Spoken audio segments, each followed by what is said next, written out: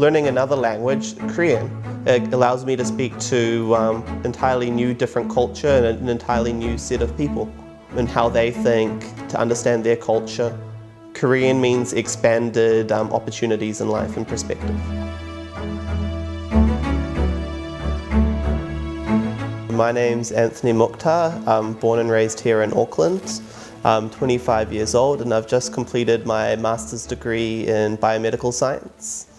So we have kids from varying ages with autism or other mental disabilities, and what it is we give parents a bit of a break.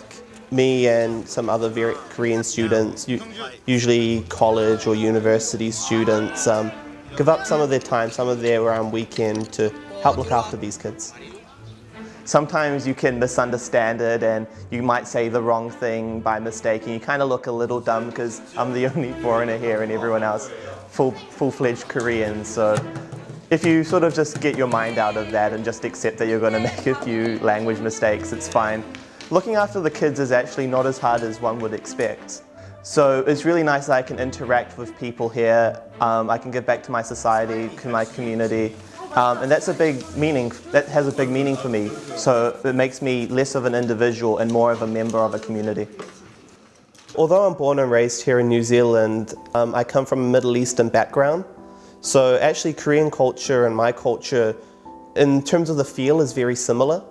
So even when I was living in Korea, I didn't feel that culture shock as strongly as some other Europeans might have.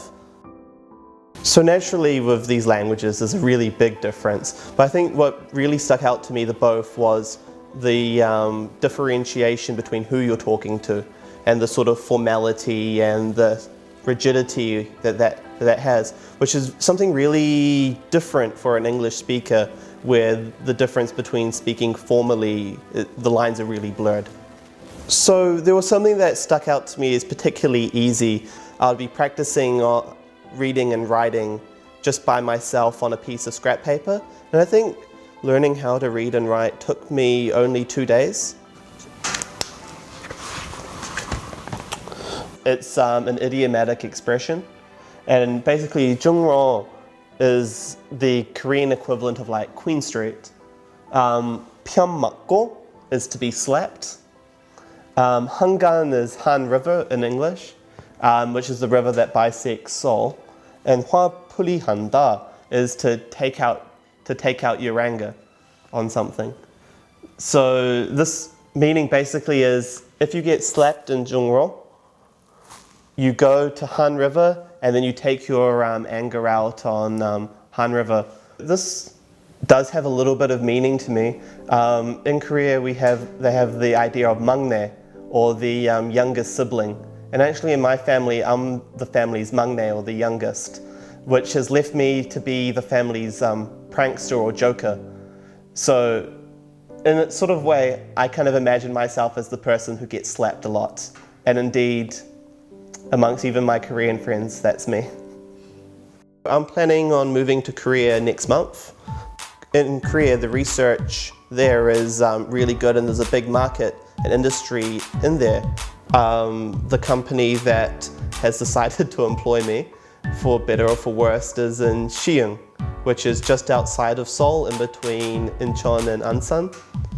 I'm thinking it's going to be a very positive experience. Learning another language, Korean, also it opens up more in life, more perspectives.